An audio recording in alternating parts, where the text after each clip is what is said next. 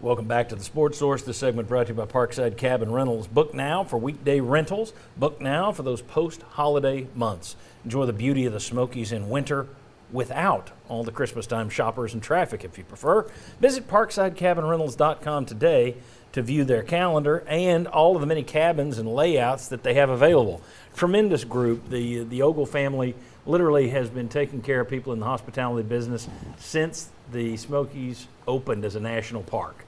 That's how long they've been doing it. Parkside Cabin Rentals will take good care of you. Find them at ParksideCabinRentals.com. Okay, football is all about the little things. Change one play and an entire season can flip. Read something this week that I thought was interesting. They were talking about Florida's failed two-point try versus Bama earlier in the season. If they get that and then they win in overtime, Bama doesn't even reach the SEC title game to upset Georgia yesterday. What happens with Florida? Do they collapse and lose to Kentucky and then quit on the team if they've beaten Alabama earlier? Is Dan Mullen still the coach down there if he's 7-5 and has a win over Bama? A lot of things changed on a two-point try. Got me thinking, what were the key moments for Tennessee this year that could have shifted the season one way or another? And I'll throw out one to start it, and that's the Pitt game. The missed field goal return for a touchdown that got called back by a penalty. You wind up losing by 7. Technically, that would have tied it up. You could have been going into overtime. You could have beaten the ACC champion this year. And that's one thing I meant to mention earlier when we were talking about bowls, one thing that could help the Vols. They wound up with 4 of their 5 losses being to teams in the Big Six bowls. Alabama, Georgia in the playoff. Pitt won the ACC. They're in the Big Six. Ole Miss went 10-2. They're in the Big Six.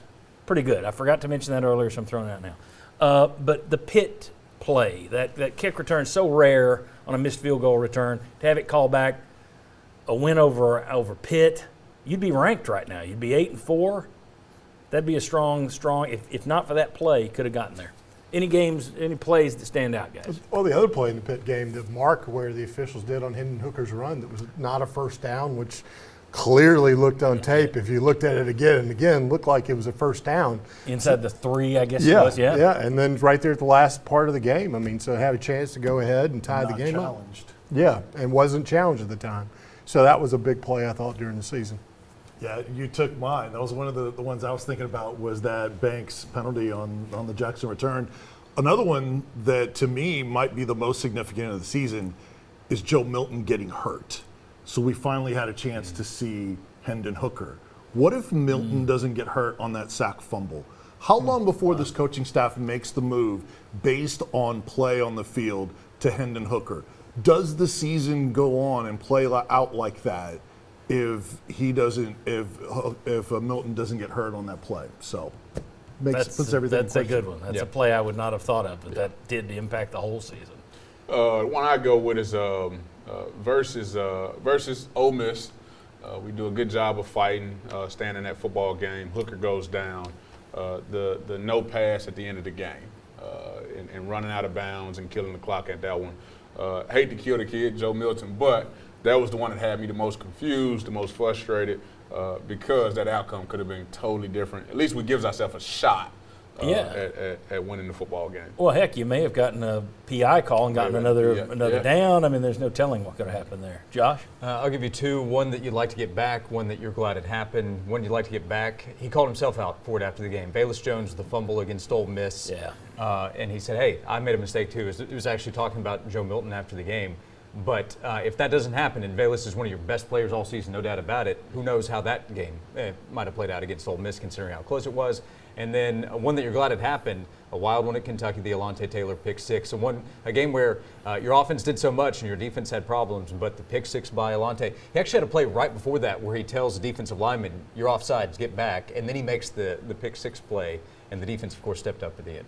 It's just amazing that you were very, very close to winning 2 other games, the Pitt game, the Ole Miss game, very close to losing that Kentucky game. Could have been a very different season just with a play here or there. And then if Milton doesn't get hurt, when do they go to Hooker? That's a great one. I think Vince wins the round. I appreciate it. You would think that based on his inaccuracy, his not seeing the field, those kind of things, that would happen fairly shortly after that, but you never know. But you never know because coaching staffs fall in love with big arms. They want the talent. And, Garantano, he stayed around a long time after it had been pretty much proven he wasn't a guy to go in and win you a game. Multiple coaching staffs, multiple systems, multiple offensive coordinators. Yeah.